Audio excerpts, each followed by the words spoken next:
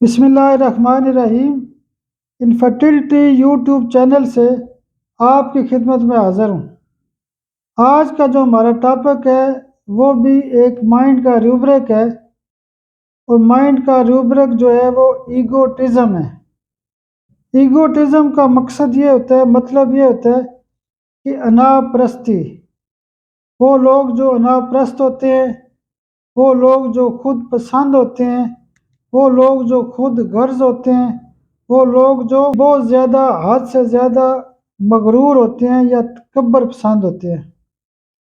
ایسے جو معاشرے کے اندر مزاج ہوتے ہیں وہ بیسیکلی ایسے لوگ ہوتے ہیں کہ وہ کہیں پہ بھی جائیں گے، وہ اپنے آپ کو سمجھتے ہیں کہ ہم معاشرے کے خاص الخاص لوگ ہیں۔ کئی دفعہ یہ ہوتے ہیں کہ وہ عام لوگ ہوتے ہیں لیکن ان کا جو ذہن ہوتا ہے وہ انا پرستی کے لیول کا ہوتا ہے۔ یہ لوگ ساری زندگی گزار دیتے ہیں لیکن انا پرستی کو نہیں چھوڑتے۔ اس انا پرستی کی وجہ سے بہت زیادہ جھگڑے اور مسائل اور بہت زیادہ ایشوز کا سامنا کرنا پڑتا ہے ان کو، اور دوسروں کے ساتھ کوئی نہ کوئی معاملہ جو ہے ان کا چل رہا ہوتا ہے۔ بیسک کاز کیا ہوتی ہے؟ انا پرستی۔ بہت سارے کاز ایسے ہیں یا مریض ایسے آتے ہیں کہ جن کو ہم جب سمجھتے ہیں کہ گھر والے کہتے ہیں جی انہوں نے اپنی انا کی خاطر یہ کر دیا، فلاں کر دیا، اس وجہ سے ان کے گردوں پہ اثر ہو گیا، دماغ پہ اثر ہو گیا، یا مثال کے طور پہ سیکسول ویکنیس ہے یا کوئی بھی بیماری ہے جس کے پیچھے ہمیں یہ سمجھ آئے کہ یہ بندہ ناپرست ہے، خود غرض ہے یا تکبر والا ہے، تو اس کی جو خاص دوائی ہوتی ہے وہ ہے پلاٹینم۔ پلاٹینم دیکھیں ویسے بھی قیمتی دھات ہے، تو اس کا جو مریض ہوتا ہے وہ اپنے آپ کو قیمتی سمجھتا ہے اور دوسروں کو بالکل ایسے ہی سمجھتا ہے کہ جیسے وہ بالکل چھوٹے قسم کے لوگ ہیں، یعنی ان کو کوئی اہمیت نہیں دیتا، وہ اصل اہمیت اپنے آپ کو دے رہا ہوتا ہے۔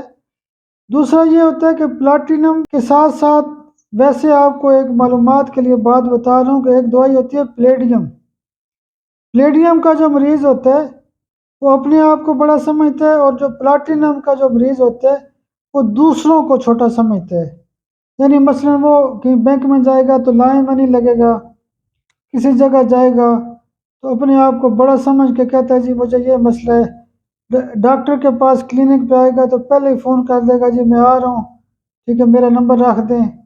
اچھا پھر ویٹنگ میں نہیں جائے گا، ٹوکن نہیں لے گا، ٹھیک ہے، ٹھک ڈاکٹر کے کمرے میں آنا چاہتا ہے۔ تو اس طرح کے جو مسائل ہوتے ہیں یہ بیسیکلی ایسے لوگوں کا مزاج ہوتا ہے جو انا پرست ہوتے ہیں، اور ان کا جو مائنڈ ہوتا ہے اس کے اندر تکبر پایا جاتا ہے۔ بعض اوقات ایک گھر میں اگر 4 لوگ ہیں تو اس میں سے 1-2 لوگ ایسے ہو سکتے ہیں کہ جن کا مزاج جو ہے وہ ایگوٹزم کی بیس پہ چل رہا ہوتا ہے، تو اس ایگوٹزم کی وجہ سے وہ مختلف بیماریوں کا شکار ہوتا ہے۔ جب ان کے مسائل ہوتے ہیں تو اگر آپ ان کو پلاٹینم کی ایک ڈوز دیتے ہیں، اس دوائی کا جو خاص اثر اس لیول پہ بھی ہے کہ یہ جو تکبر یا غرور ہوتا ہے یہ زیادہ تر خواتین میں دیکھا گیا ہے۔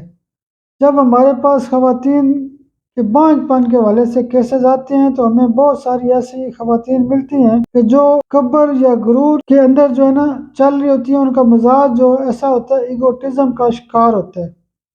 خاص کر کے جابز کرنے والی خواتین جو ٹیچر وغیرہ ہوتی ہیں یا بینکس وغیرہ ہیں یا مختلف اداروں میں جاب کرتی ہیں، وہ اکثر اس بیماری کا شکار ہوتی ہیں، یعنی ایگوٹزم کا شکار ہوتی ہیں۔ آپ ان کو بانجھ پن کا علاج کر رہے ہیں یا کسی اور بیماری کا، تو ان کو پلاٹینم سی ایم کی ایک آدھ خوراک دیں، اور اس کے بعد جو بھی روٹین کی دوائی دینا چاہتے ہیں، بلکہ عام طور پر یہ ہوتا ہے کہ اسی ایک پڑیا یا ایک ڈوز سے وہ چاہے مرد ہوں چاہے خواتین ہوں تو ان کے جملہ جو بیماریاں ہیں وہ ٹھیک ہو سکتی ہیں۔ انشاءاللہ باقی بھی روزمرہ پریکٹس کے حوالے سے بات ہوتی رہے گی۔ بہت شکریہ، بہت شکریہ، بہت شکریہ۔